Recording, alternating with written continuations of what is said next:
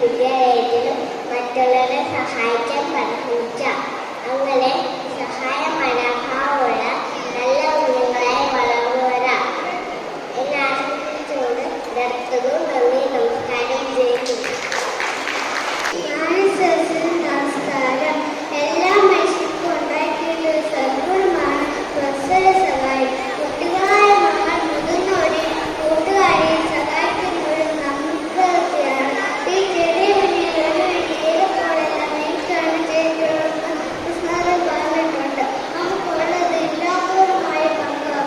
ഇത് വന്നാൽ എൻ്റെ വാക്കുകൾ തന്നെ നമസ്കാരം ചെയ്യും.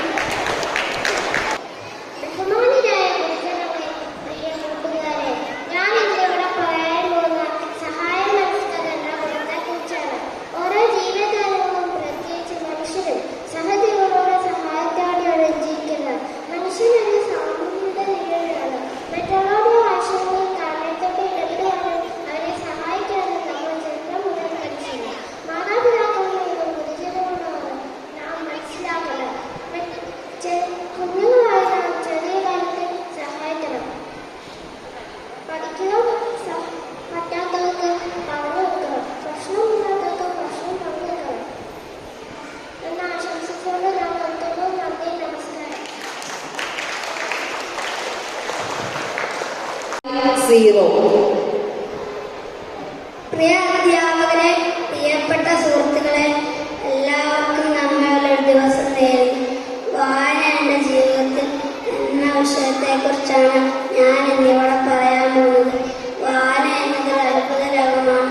ഒരു പുസ്തകത്തിൻ്റെ പേജുകൾ മറിക്കുമ്പോൾ നമുക്ക് അനന്തമായ ലോകത്തിലേക്ക് യാത്ര ചെയ്യണ്ടേ.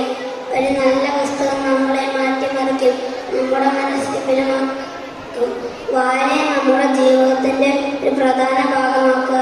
പുസ്തകത്താളുകൾക്കിടയിൽ നമ്മളെ മാറ്റാൻ ശേഷിയുള്ള അത്ഭുതങ്ങൾ മറന്നിരിക്കുന്നു. വായിച്ചാലും വളരും, വായിച്ചില്ലെങ്കിലും വളരും. വായിച്ചു വളർന്നാൽ വളയും, വായിക്കാതെ വളർന്നാൽ വളയും എന്ന കുഞ്ഞുണ്ണി മാഷിൻ്റെ വാക്കുകൾ പറഞ്ഞുകൊണ്ട് ഞാൻ എൻ്റെ ചെറിയ ക്ലാസ്സിൽ അവസാനിപ്പിക്കുന്നു.